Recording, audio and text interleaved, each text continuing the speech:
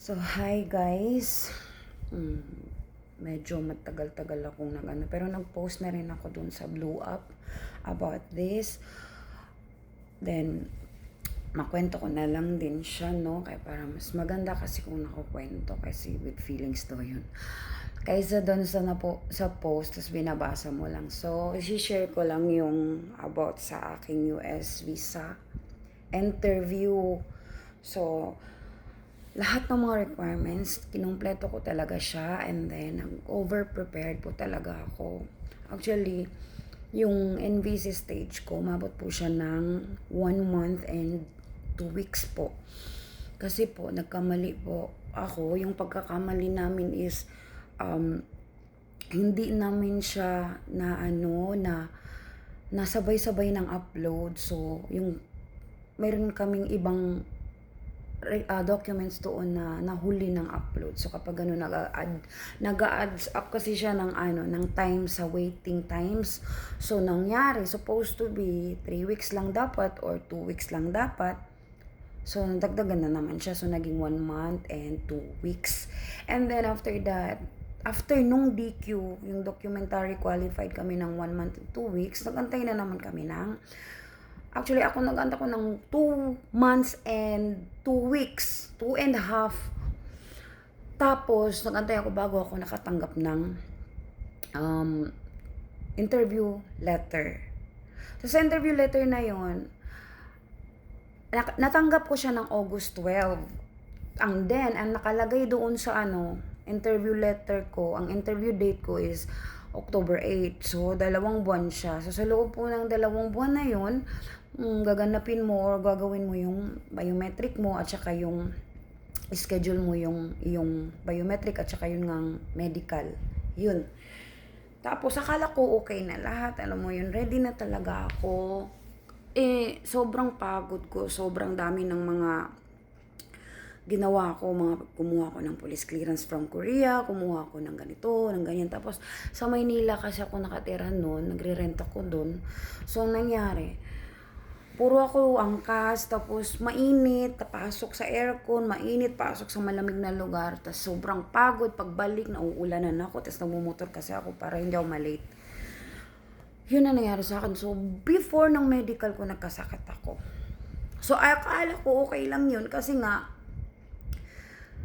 baka gumaling ako kasi malayo-layo pa naman yung nung nagkasakit ako, 3 weeks pa bago ako mag-medical. Kasi yung medical ko is September 18. Tapos, katapusan ng August, ako, madami kong inasikaso. Doon ako nagkasakit. So, meron pa akong almost 3 weeks, diba, na magpagaling. So, ginawa ko lahat sa medical ko. Yung mga inom-inom ng na yan, Alpine na yan. Nag 1 week, sterilize ako.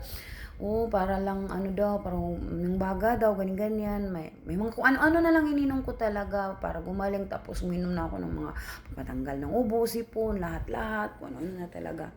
So, nung dumating na yung September 18, yun na yung medical ko.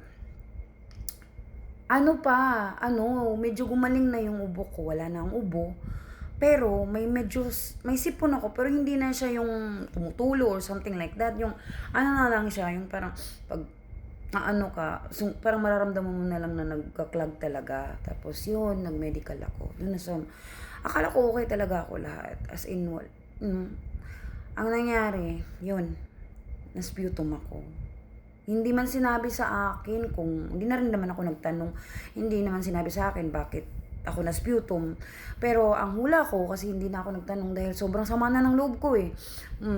Pero ang hula ko kasi mostly naman kapag nai-sputum, may nakikita sila sa baga mo na spot or mga marks or hindi ko alam. Basta may nakikita silang abnormality, ganun daw yun, daw. Pero ako talaga no sa St. Luke's, grabe talaga yung mapansin mo talaga na konti lang nakakapasa sa x-ray nila. The rest, mas madaming nai-sputum kaysa sa nakakapasa. So, hindi naman ako against doon, pero siguro talaga may nakita, no? Ayoko namang magsalita ng negative, pero talagang sumama loob ko. So, kapag sputum ka, mag-aantay ka ng 2 months. So, akala ko talaga okay na lahat, no? Kasi ang aking interview is October 8. September 18 ako so 3 weeks. So, mag-aantay ako ng 2 months na naman. So, ang binigay sa akin na November 19, yung result daw na lalabas. Tapos, so tuloy pa rin ako sa interview ko. Yun, nag-interview ako ng October 8, 8:30 yun. Dala-dala ko lahat. Pasok ako dun sa loob, ganyan. Dun pa lang sa Pilipino na konsul. Doon, ginisa na ako. Oo, ginisa na ako. Madami siyang tanong. Pero lahat naman ng tanong, tungkol lang din naman sa'yo. Tsaka sa mga sinulat mo dun sa DS-260 mo. Tapos, talagang gisa kung gisa. Kasi iniisa-isa nila talaga yung mga information mo dun. Tinitingnan nila kung magmamatch yung sagot mo. And then, tinanong ako, ilang taon yung asawa ko, ilang taon ako, ganyan. Kasi mas matanda ako sa asawa ko ng 9 years. Tawas siya. Tapos, hinanapan niya ako ng mali. Alam mo, kasi wala talaga siyang mahanap sa akin na butas kasi kumpleto ako, nag-over-prepared ako eh. So, ayun, nasagot ko naman ang lahat. Lahat-lahat ng mga questions kasi, puro lang sa mag-i-evolve lang doon sa asawa mo. Trabaho ng asawa mo, saan siya nakatira, ganyan-ganyan. Kailan kayo nagkitang huli, kailan siya tumawag sa'yo, mga ganun. Basta lahat-lahat itatanong nila na basic lang talaga. Kasi asawa mo naman yun, alam mo, ang sagot. Tapos, ayun, nakalusot ako. Nung nakalusot na ako, ayun, doon naman ako sa chismis pa ako ng chismis noon. Kasi, may katabi ko, chismoso din eh. So, chismis ako ng chismis. Tapos, dalawang beses na palang tinawag yung pangalan ko kasi yung pangalan ko is Amy Rose. Hindi ko alam kung paano niya binasa dahil hindi ko siya masyadong narinig, no? Ayun, narinig ko lang parang Rose, May Rose, parang gano'n. Tapos nagantay pa ako ng isa pang tawag o pangalawang tawag para malaman kung Blanco ba, kasi Blanco apelido. Ayun, narinig ko na Blanco, tumayo na ako. Mukhang bad trip pa yung American Consul sa akin. Pero the rest naman ang tinanong ng American Consul, smile lang naman talaga ako all the time. Tapos pagka nagtanong siya, pag nagsumagot ka, titig ka lang sa mata niya talaga. Huwag kang kung saan-saan nakatingin. Ganun lang. Tapos kunti lang tinanong niya lang kung anong trabaho ng asawa ko, kailan kami kinasal. Mga basic lang talaga. Tapos tinanong niya din kung ilang months kami or gano'n kami katagal nagrelasyon bago kami nagpakasal. Sabi ko, 3 weeks lang kami magka-relasyon, tapos nagpakasal na kami. Sabi niya, what? Sabi niya, ganun.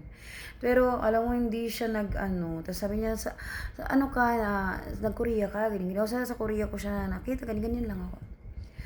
Tingin-tingin siya sa DS-260, tinitingnan niya kung nagmamatch yung sagot mo doon sa mga pinagsusulat mo doon, yung mga year doon. Kaya particular ka dapat sa mga sagot mo talaga na dapat magmatch talaga siya sa DS-260. Then, sabi niya, congratulations, it's all good, your visa is approved. So, pero sa isip ko, masaya ako kasi wala nang hiningi. Kasi yung iba talaga, hinihingan pa na ako ng sa akin kasi over-prepared ako, so wala naman na hiningi. Pero yun nga, sa sputum tayo nabigo kasi yung sputum, maantayin pa natin until November 19. So sabi niya, but I need to wait your medical result so I can give you or I can issue your visa. But overall, it's all good. You have to wait for that. That's it. So ako, nagpasalamat ako. Thank you so much, ma'am. Have a good day. Ganun mo. Tapos yun, masaya ako umalis kasi rather than that, wala nang hiningi sa akin. Yung sputum na lang talaga result. So, yun inaantay ko kasi ngayon, ilang linggo, by 19, sana lumabas na 2021 or, di ba? Lumabas na yung result, tapos i-drop off ko na lang yung passport ko sa US Embassy or sa Parcal. And then, magwi-wait ako ng ilang days para maibalik sa akin. At sana ganun na din, para sana mabilis din, para by December, makapag-book na rin ako ng CFO or yung tinatawag lang GCP seminar, yung PIDOS na yan. Tapos, para makapag-fly na tayo. So, that's it. Basta wag lang kayong kabahan sa interview nyo. Parang wala lang. Mas mahirap pa nga yung mag-interview kayo ng yung trabaho. Mas mahirap pa yun kasi hindi mo alam isasagot mo talaga kaysa sa mag-interview kayo ng alam nyo naman talaga ang sagot dahil asawa nyo naman yan. Kaya good luck to everyone. Sana maging okay tayo lahat. Pati kayo. Bye-bye.